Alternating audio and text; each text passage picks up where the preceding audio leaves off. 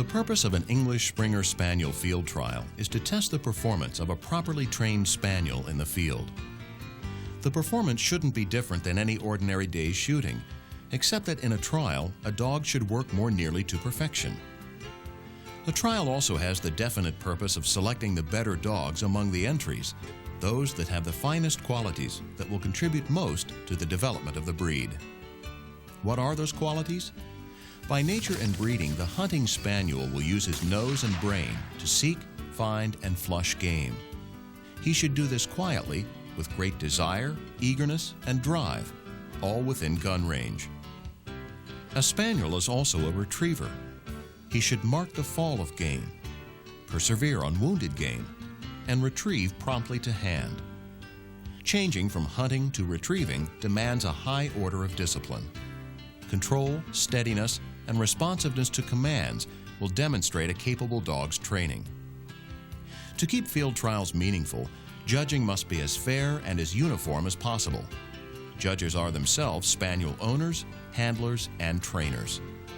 But at a trial, you'll be asked to render impartial decisions on the relative merits of the dog set down before you. Good judging improves the breed, not just for field trials, but especially for quality hunting companions.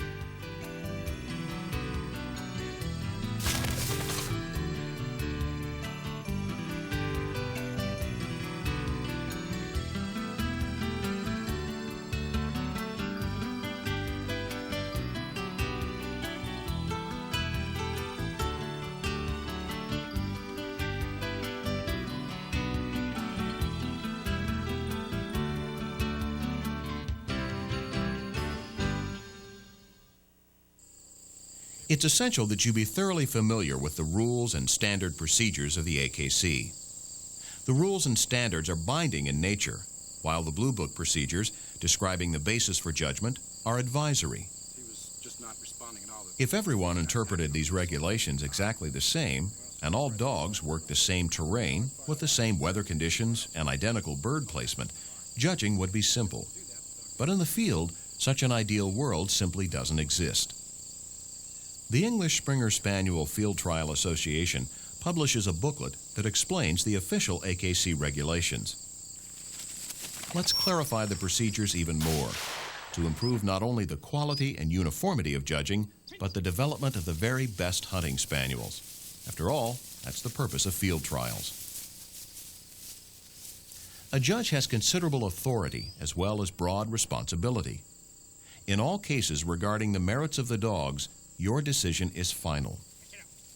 In evaluating each spaniel's qualities, there are 9 points that a good judge will keep in mind.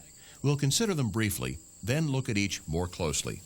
They are: control at all times and under all conditions, scenting ability and the use of wind, briskness of the quest and the manner of covering ground, perseverance and courage in facing cover, steadiness to flush, shot, and command, aptitude in marking the fall of game and the ability to find it, ability and willingness to take hand signals, promptness and style of retrieve and delivery, and proof of tender mouth.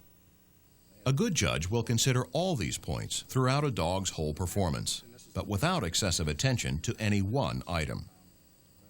Before we examine each point, there's another item of critical concern to judges, field trial committees, and participants: the subject of misconduct.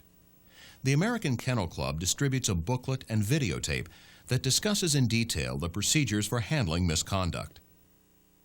Incidents of misconduct can ruin trials, destroy clubs, and discourage new people from getting involved in the sport.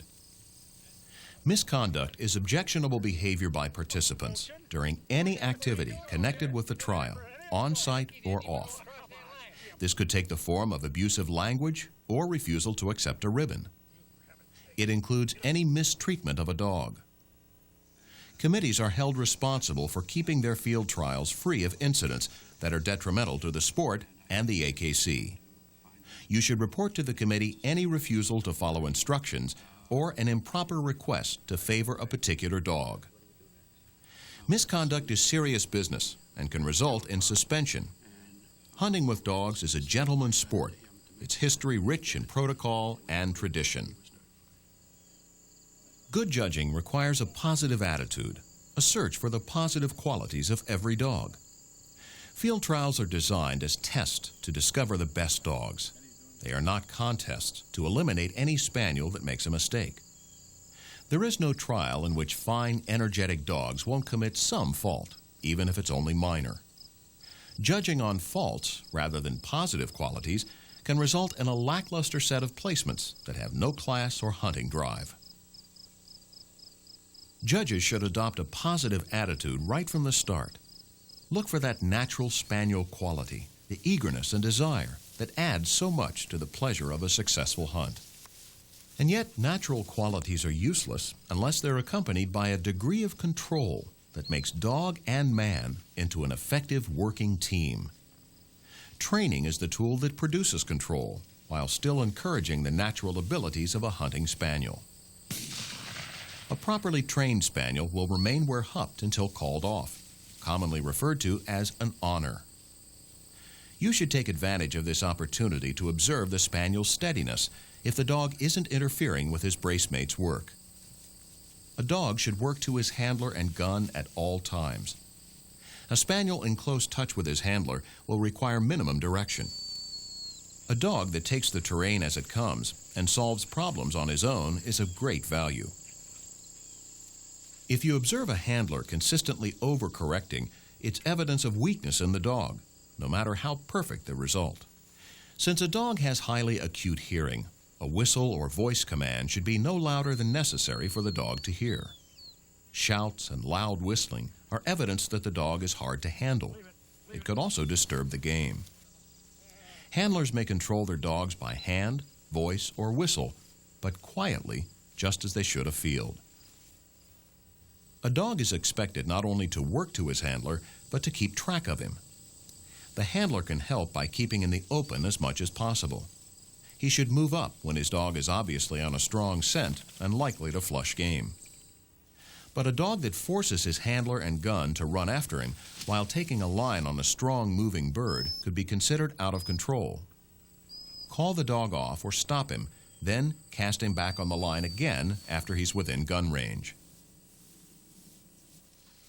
The eye level of a spaniel is several feet lower than a man's. Sometimes a dog won't be in a position to see either the line of flight or the bird's fall. For these blind falls, the handler should direct his dog to the downed bird by hand, voice, or whistle as quietly as possible. Give the dog credit for willingness, ability, and speed in accepting these directions. Perhaps no part of a spaniel's ability is more important than his nose. Even with all the desire and drive in the world, a dog without a good nose won't find birds consistently. Nose is the key to natural ability. It can often help judges distinguish between dogs when evaluating their performance. The ability to find game is difficult to define except by results. It combines nose, bird sense, thoroughness, and intelligence. Some dogs seem to seldom have a long blank beat. These dogs can find more game in a given territory than others and find it more quickly. Judges must take this into account. Another dog will cover his territory thoroughly, yet fail to give evidence that game has been there. This dog is probably deficient in nose on that day and could be taken up. This will give more time to look closely at those dogs still under consideration. The springer's ability to take advantage of the wind, no matter which direction it's blowing or with what force, is of major importance in finding birds. Only under favorable conditions can a spaniel be expected to see a bird's actual fall. Often the dog will only observe the line of flight after his flush. Now the wind direction is very important. If the dog goes downwind of the fall, he's giving himself the best opportunity to acquire scent and quickly find the downed game. He certainly can't be penalized for failure to instantly locate the exact spot. Finding game is a dog's first duty. He should cover all the ground on his beat in an eager, brisk, and quiet way, leaving no game in his territory. A brisk quest doesn't mean a spaniel should be judged simply on running speed. Instead, look at the keenness, enthusiasm, and eagerness in the search, rather than just how fast a dog moves. Quality finds are always more important than simply running with few positive results. Let's look at some different situations. A dog would have it pretty easy if he always had the wind-blowing scent in his face. He could cast right and left within the limits of his range in a regular pattern. No risk of missing game here. Quartering the ground like a windshield wiper is often thought to be the most effective way of searching for game. If the fields are flat and level, the handler can observe his dog at all times, signaling for precise turns at the end of each beat. Under ideal conditions, on an upwind quest, this search pattern should work quite well. But if the forward progress after each sweep is only a few feet, a dog is sure to flush game. There's less evidence of bird sense, scenting ability, and the use of wind. Dogs should also break from their normal quartering pattern to thoroughly check out birdie areas. If the wind is at the handler's back, his springer will have a much more difficult time reading the evidence because the scent is blowing away from him. A dog has to reach out well away from his handler, at times to the limit of gun range. Unless lucky enough to strike a trail, he needs the wind blowing toward him to pick up scent. Probably the most common wind direction is a side or crosswind, a situation trial committees try to set up in advance. An experienced dog that's using the wind and hunting out his cover will adapt naturally to a crosswind. Under this condition, a dog with good bird sense will use a more irregular pattern. He'll try to always pass downwind of likely cover in the line of quest. He should be given credit for the resourcefulness of his search, clearly of more value than an exact eye-pleasing performance. You should have some doubt about an animal that follows a set hunting pattern, regardless of the wind. Occasionally, a dog will almost run over a planted bird, and it's hard to say which one's more startled.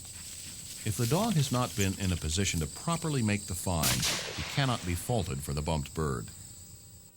Other times, game will pop up from an area that a dog has already quested through, showing indication of a past bird. Even dogs with good noses will miss a bird now and then. Try to interpret what the dog did right before and right after the miss. There can be many reasons for past birds, ranging from tight planting to wet, heavy cover to birds running in behind a dog's pattern. Eliminating dogs for passing birds is not analyzing a complete performance. We should try to get rid of negative judging or looking for an excuse to put a dog out, rather than finding reasons to continue to judge a dog. A dog with stamina, drive, and courage in facing difficult cover can often turn a long birdless beat into a productive one. Keeping a dog down for a much longer time than the others places a greater demand on his strength, especially on a warm day. For this situation, a dog that keeps trying should receive credit. It's difficult but necessary to balance time and distance in the interest of fairness and equal opportunity. Sometimes everything goes wrong. Guns miss, birds flush toward the gallery, and game runs off course. You should remember that there'll be an opportunity to test the dog further in a later series. Just the opposite occurs if a dog has a prompt flush and retrieve. You may be tempted to take this dog up too quickly. It's better to carry on a ways to see if his groundwork continues to be good and to study the dog's responses. If there are more finds, there's even more evidence for judgment. Dog steadiness can mean different things to different people. Some judges expect a dog to sit instantly to wing and shot and won't accept anything else. Others recognize that the dog's first duty is to push game out and into full flight. Judges are less likely to penalize a fast-driving dog that takes an extra step after a bird flushes. However, it should be obvious he's prepared to stop as soon as the bird's in flight. Sometimes a highly intelligent dog will move around cover to verify the line of flight or to see the fall. But if the handler has to stop his dog, you can assume the dog was ready to break. Watch how the handler deals with his dog's movement. If the dog doesn't hup when he's ordered, or once stopped, continues vigorous forward movement without command, it's a serious fault. Steadiness also means that the dog shall be governed only by his handler, regardless of other sounds. You must be careful not to distract the dog when you signal the handler to release for retrieve. All that's required is a quiet voice signal or a simple tap on the back. When a dog is sent to retrieve, that's his only job. He should ignore all other sights and scents except that single bird and bring to hand quickly and efficiently. An experienced dog can distinguish between a wounded bird and a fresh scent. His only duty is to bring back the bird he was sent for. While on retrieve, a dog will sometimes flush another bird in the direction of the fall. Although it's not required, some handlers want their dog to stop when they flush another bird, so they can direct them to continue searching for the dead bird. When a dog flushes new game after he already has his bird, he may be trained to stop for a moment. Give him credit if he continues the retrieve without command or doesn't stop at all. Once game is in the air, a hunting dog becomes a retriever. Now his job is to mark the flight of the bird and observe the direction of fall. We've seen that's not always possible. If he misses the fall entirely, a resourceful dog will continue to search the likely area until he's successful. A dog with good bird sense will put himself in position so the wind will bring the fallen bird's scent toward him. Sometimes the bird turns in flight beyond the dog's observation. His only choice is to search the ground in an ever-widening area. Wounded birds will sometimes be strong runners. If the dog acknowledged the fall, he must be able to seek out and follow the line until he's successful. What happens if the Spaniel brings in a bird other than the one he was sent for? He should be sent out again as he would in the field. If he still fails to bring in the right bird, this fault should be noted. On the other hand, if it's obvious a search has become aimless and you're sure the bird fell in that area, the dog should be taken up. After all, the purpose of a dog afield is to bring game to the bag. Failure is a fault that can't be overlooked, except under very unusual circumstances. For example, the bird is lodged in a tree or falls behind an impossible barrier. You should make a careful inspection of the ground at the point of fall. If game is found, there's no excuse. A well-trained Spaniel will stay in close touch with his handler, responding promptly to hand signals. To save time, when it becomes obvious the dog has marked poorly, advise the handler to direct his dog to the retrieve. The advantage of teamwork becomes apparent as the dog uses his handler's height for direction to a fall. Hand signals offer a degree of control not available any other way. You should pay particular attention to how willingly and accurately a dog responds to his handler's directions. The AKC standard procedure states that no trials for Spaniels can possibly be run without retrieving. When ordered to retrieve, they should do this tenderly and with speed. You must seize every opportunity to learn all you can about a dog. This is especially true of the retrieve.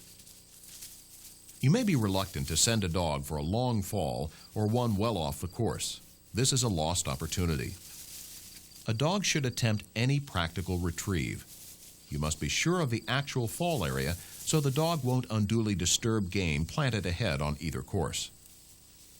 Being careful not to affect the dog's work, you should put yourself in position to see and control the whole performance. Is the Spaniel working the wind to his advantage? Is the bird dead or wounded? How actively is the dog trailing a strong runner? Does he pick it up promptly and deliver eagerly to hand? You can learn a lot about a dog's ability if you move into position to see the retrieve. You must base awards only on what you observe of the performance on the day of the trial. You must keep your own counsel to avoid even the appearance of being influenced by others. When you were invited to judge, you were expected to be objective. You can't think about past performances or what might have been. Your decision must be based only on what you saw and in conference with your fellow judge. Few judges can remember every performance without taking adequate notes. Some judges rate each dog's performance on a simple scale. Others use a check system based on the standard procedure. Notes are a valuable reference when conferring with a fellow judge. You must develop your own system. Probably no subject has caused more discussion than the question of tender mouth. The real problem occurs when a hard runner or flapping bird forces the dog to seize it in midair or drag it from heavy cover. He must grip the wounded bird with enough strength to prevent its escape. It's not too surprising if the skin's broken at times, nor can the dog be wholly blamed if he's doing his duty by making a prompt retrieve. Certainly, a badly crushed bird is undeniable evidence of hard mouth and reason to eliminate the dog from further consideration. But sometimes a closely shot bird will be damaged by the force of the charge. Game could fall on hard ground. A dog might find a previously damaged bird. You should closely examine the bird to decide how the damage occurred. Good judges will resolve any doubt in favor of the dog. Judges are responsible for the placement and the behavior of guns. You must see that the guns conduct themselves in a safe manner. Both judges should advise the guns for the best trial of the dogs. You can ask that a gun be relieved for any cause. Judges should talk to the gun captain before a trial and give him instructions to pass on to the gun team. It's customary to instruct guns not to shoot at birds that fly back over the gallery. Guns should understand they won't be criticized for passing up shots that are dangerous, even if it conflicts with a judge's instructions. Judges control the conduct of the handlers. Before starting, you should give the handler full instructions as to course layout, poaching, honors, and how he will release his dog to retrieve. Poaching on the other beat is a difficult subject. It can have grave consequences by interfering with the other dog. A minor infraction should be overlooked unless it happens repeatedly. Sometimes, though, a bird will move from one beat to the other with the dog following the line. No one can advise a judge in advance how to appraise such a situation, but a dog that responds when called off such a line should receive top credit. A Spaniel is primarily a land dog. However, in many areas, he's used to retrieve waterfowl. Also, in an ordinary day's rough shoot, the only way to gather shot game may be in or across a lake. Before a dog shall receive his field or amateur championship, he must have an AKC water certification showing his ability to retrieve game from water after a swim. We've tried to cover many of the considerations for a judge while evaluating the dogs put down before him. When you were invited to judge, it was because the committee had confidence in your judgment, your powers of observation, and your capacity to be objective. Each judge at a trial has a responsibility to keep the other clearly informed of his observations. Judges should develop uniform and consistent standards of performance, deciding in advance the criteria they will use. A good judge will emphasize the positive qualities of the dogs put down before him. You'll have to strike a balance. No dog is perfect in all areas. Good judging will improve the breed by emphasizing the qualities of desire, nose, game finding, stamina, and control. Few things are as satisfying as a day in the open with a well-bred and carefully trained Springer Spaniel. Good judging will assure the continued improvement of this splendid animal.